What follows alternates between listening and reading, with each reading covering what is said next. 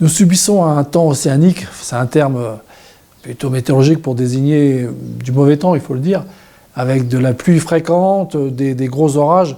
On a vu là sur la région Rhône-Alpes, ça a donné des fortes pluies. Ce courant océanique, il est pas vraiment normal à cette époque. On est plus habitué à avoir ce qu'on appelle l'anticyclone des Açores, qui vient s'étaler et nous apporter du beau temps pour les vacances. Mais c'est pas toujours comme ça que ça fonctionne.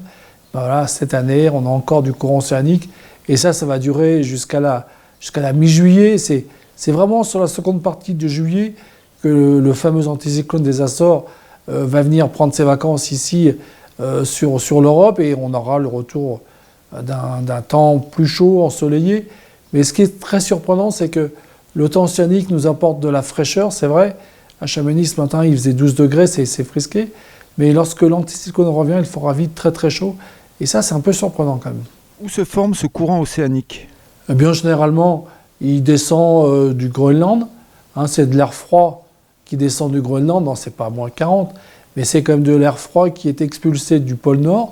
Et puis, cet air froid voyage au-dessus de l'Atlantique Nord et se réchauffe avec la mer, l'océan qui n'est pas très très froid, mais il nous arrive ensuite sur l'Europe.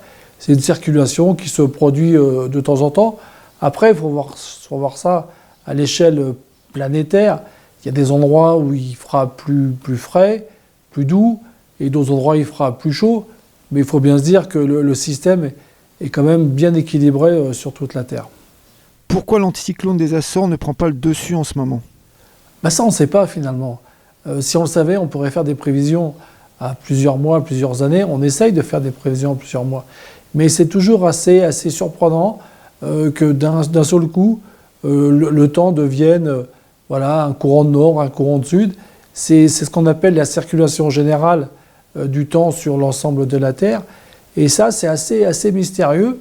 Je pense que c'est l'axe de recherche pour les prochaines années. Mais on trouvera un jour, on fait déjà des prévisions à 10, 15 jours. On fait des tentatives sur 6 mois, 1 an. Mais d'ici quelques années, on trouvera bien le mystère. Et donc, il est où en ce moment l'anticyclone des Açores ? Il n'existe pas, il est pas là, voilà.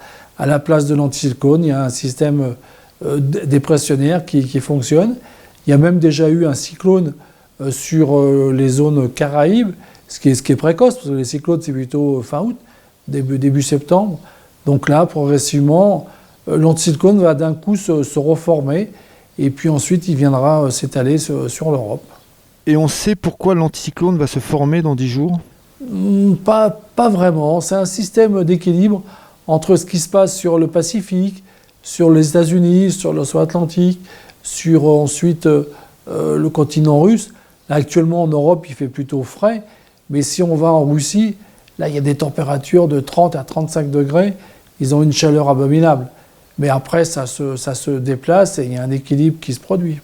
Et les prévisions pour le mois d'août, ça donne quoi ? Bien, pour le mois d'août, pour l'instant, ça paraît perturbé. C'est un terme élégant pour désigner mauvais temps.